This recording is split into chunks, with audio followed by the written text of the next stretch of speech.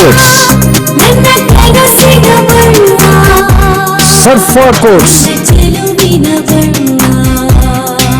ಸರ್ಫಾ quotes ರವರ ಸುದೀರ್ಘ ಬಾಳಿಕೆಯ ಸುಂದರವೂ ಆದ ಜಲಾಧಾರಿತ ಪರಿಸರ ಸ್ನೇಹಿ ಪೇಂಟ್ಗಳನ್ನೇ ಬಳಸಿ. Surfa luxury emulsion paint, odourless, low VOC, good for health, good for earth. Surfa Coats. ನಿಯಮಿತ ಸ್ತನ ಪರೀಕ್ಷೆಯಿಂದ ಸ್ತನ ಕ್ಯಾನ್ಸರ್ ಅನ್ನು ತಡೆಯಿರಿ. ಆರಂಭಿಕ ಹಂತದಲ್ಲಿ ಪತ್ತೆ ಹಚ್ಚಿದ್ರೆ ಕ್ಯಾನ್ಸರ್ ಅನ್ನ ಗುಣಪಡಿಸುವ ಸಾಧ್ಯತೆ ಹೆಚ್ಚು. ಸ್ತನ ಕ್ಯಾನ್ಸರ್ನ ಆರಂಭಿಕ ಪತ್ತೆಗಾಗಿ ಸ್ಕ್ಯಾನ್ ಮಾಡಿಸಿಕೊಳ್ಳಿ. ಸಂಪರ್ಕಿಸಿ ನಂಜಪ್ಪ ಆಸ್ಪತ್ರೆ, ಕುವೆಂಪು ರಸ್ತೆ, ಶಿವಮೊಗ್ಗ.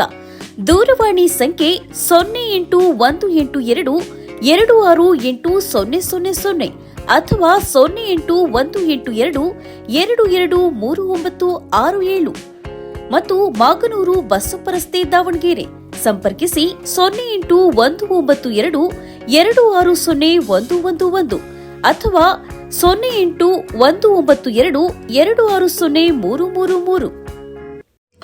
ಭದ್ರಾವತಿಯ ವಿಶ್ವೇಶ್ವರಯ್ಯ ಕಬ್ಬಿಣ ಮತ್ತು ಉಕ್ಕು ಕಾರ್ಖಾನೆ ಅಂದರೆ ವಿಐಎಸ್ಎಲ್ ಪುನಶ್ಚೇತನಗೊಳಿಸುವ ಸಂಬಂಧ ಕೇಂದ್ರ ಬೃಹತ್ ಕೈಗಾರಿಕಾ ಸಚಿವರಾದ ಎಚ್ ಡಿ ಕುಮಾರಸ್ವಾಮಿ ಅವರು ಶಿವಮೊಗ್ಗದ ಜೆಡಿಎಸ್ ಕಚೇರಿಯಲ್ಲಿ ಮಹತ್ವದ ಮಾಹಿತಿ ನೀಡಿದ್ದಾರೆ.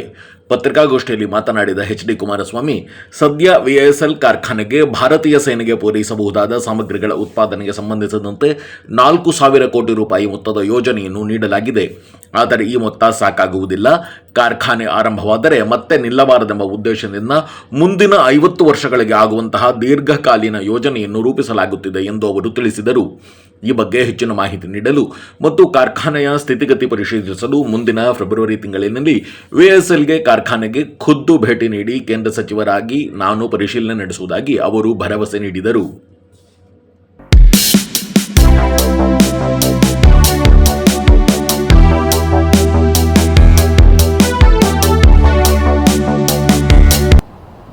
ಕರ್ನಾಟಕದಲ್ಲಿ ಹಲವಾರು ರೀತಿಯಲ್ಲಿ ಯೋಜನೆಗಳು ತರಬಹುದು.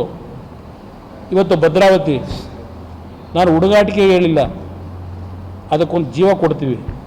ತಾಲೆ ಅದಕ್ಕೆ ಕೆಲಸ ನಡೀತಾ ಇದೆ, ಏನು ಮಾಡಬೇಕು ಅಂತ. ಆದರೆ ಹಲವಾರು CPSCಗಳನ್ನು ಕ್ಲೋಸ್ ಮಾಡಿದ್ದಾರೆ. ಈಗ ಭದ್ರಾವತಿದೂ ಪರ್ಮನೆಂಟಾಗಿ ಕ್ಯಾಬಿನೆಟಲ್ಲಿ ತೀರ್ಮಾನ ಡಿಸ್ಇನ್ವೆಸ್ಟ್ಮೆಂಟ್ ಮಾಡಬೇಕು ಅಂತ ಇದೆ.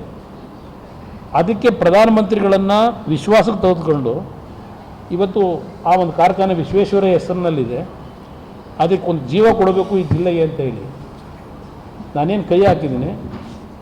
ನನಗೆ ಭಗವಂತನ ಆಶೀರ್ವಾದ ಇದೆ ಅಂತಕ್ಕಂಥ ದೇವರು ನಂಬಿದ್ದೇವೆ. ಅದಕ್ಕೆ ಸದ್ಯದಲ್ಲೇ ಮುಂದಿನ ಜನವರಿ ಫೆಬ್ರವರಿಗೆ ಬಂದು ಡೀಟೇಲ್ ನಿಮಗೆಲ್ಲ ವಿಷಯ ಯಾವ ಥರ ಶುರುವಾಗುತ್ತೆ ಅನ್ನೋದನ್ನು ಹೇಳಿ. ಮೊದಲನೇ ಹಂತದಲ್ಲಿ ನಮ್ಮ ಸ್ಟೀಲ್ ಅಥಾರಿಟಿ ಆಫ್ ಇಂಡಿಯಾದವರು ಒಂದು 3 ಸೆಕ್ಟರ್ನಲ್ಲಿ ಕೆಲವು ಪ್ರೊಡಕ್ಷನ್ಗೆ, ಡಿಫೆನ್ಸ್ಗೆ, ರೈಲ್ವೆ ಇಲಾಖೆಗೆ ಕೆಲವು ಪ್ರೊಡಕ್ಷನ್ ಮಾಡ್ತಕ್ಕಂಥದ್ದಕ್ಕೆ ಒಂದು 4,000 ಕೋಟಿ ಇನ್ವೆಸ್ಟ್ಮೆಂಟ್ ಅಂತಕ್ಕಂಥ ಒಂದು DPR ತಯಾರಾಗಿದೆ.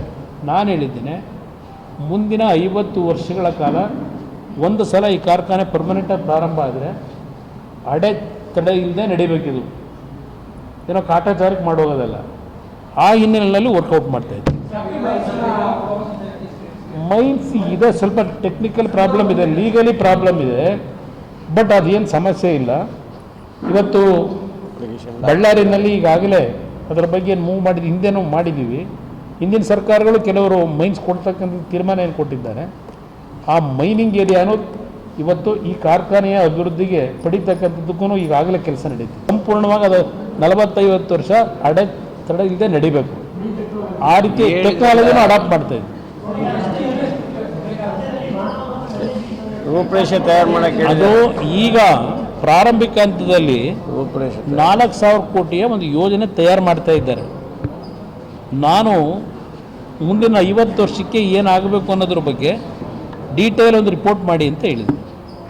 ನನಗೆ ಬೇಕಾಗಿರೋದು ಕಾರ್ಖಾನೆ ಪ್ರಾರಂಭ ಆದರೆ ಜನಗಳಿಗೆ ಇವತ್ತೇನು ಇಂಥ ಒಂದು ನೋವು ಅನುಭವಿಸ್ತಾರೆ, ಪರ್ಮನೆಂಟ್ ಶಾಶ್ವತವಾಗಿ ಪರಿಹಾರ ಆಗುತ್ತೆ. DK ಅವ್ರದ್ದೆಲ್ಲ ಬೇಡ ಬನ್ನಿ, ಆಮೇಲೆ DPR ಆಗ್ತಿದೆ. 4,000 DPR ಸಿದ್ಧ ಇದೆ. ಈಗಾಗಲೇ ಕೆಲವು ಆಕ್ಟಿವಿಟೀಸು ನಡೀತಾ ಇದೆ. ರೈಲ್ವೆ ಇಲಾಖೆ ಪ್ರಾಜೆಕ್ಟ್ಗಳಿರ್ಬೋದು, ಡಿಫೆನ್ಸ್ ನಡೀತಾ ಇದೆ. ದೊಡ್ಡ ಮಟ್ಟದಲ್ಲಿ ಟೇಕ್ ಆಫ್ ಆಗುತ್ತೆ. ಟೆಕ್ನಿಕಲ್ನೇ ಮಾಡೋದು. 2 ಕಂಪನಿ ಕೊಟ್ಟಿದ್ದೀವಿ. ಒಂದು ಮಾರ್ಕೆಟಿಂಗ್ ಹೇಗೆ ಮಾಡಬೇಕು, ಟೆಕ್ನಾಲಜಿ ಯಾವ ರೀತಿ ಯೂಸ್ ಮಾಡಬೇಕು, 2 ಕಂಪ್ನಿಗಳಿಗೆ DPR ಮಾಡಲಿಕ್ಕೆ ಕೊಟ್ಟಿದ್ವಿ. ಅವ್ರೇನು ಹೇಳ್ತಾರೆ?